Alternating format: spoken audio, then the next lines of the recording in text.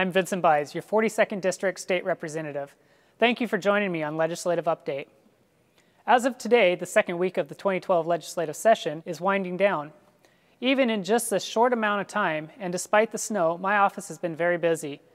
This session has scheduled to last 60 days, which means it is a short session. The pace that bills must move during a short session is part of the reason I have been working so hard. In order to keep our focus on passing a sustainable budget, my fellow House Republicans and I are only putting forth key legislation. A few of the bills that I have sponsored recently received hearings. I believe these bills would directly benefit our district and were prompted by constituent requests. The first of these bills I'd like to tell you about today is House Bill 2367. This legislation would realign the Washington Dairy Products Commission district boundaries and thereby reduce the number of districts from 7 to 4.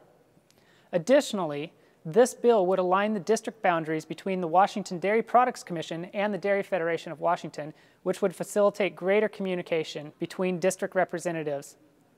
Finally, this legislation gives the Washington State Dairy Federation the ability to redraw their lines in the future instead of needing legislative approval, similar to other such product commissions' abilities. The hearing went well, we have little to no opposition, and I am hopeful that this bill will move forward.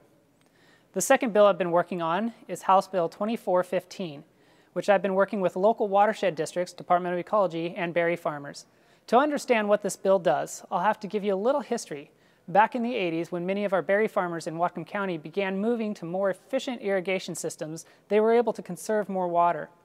Currently, they are under threat of losing their water rights because it could be deemed that this water hasn't been put to a beneficial use.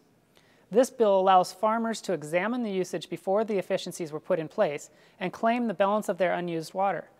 This untapped supply can then be used on other acreage. I am optimistic, having worked with the various involved groups, that this bill will pass. In closing, I would like to note that I had the privilege of being chosen to speak on the resolution to honor Reverend Dr. Martin Luther King, Jr. In researching Dr. King, I was reminded again that it was his strong faith which made him effective in his move to end segregation. Likewise, I continue to pray for guidance in all the decisions that we make at the Capitol.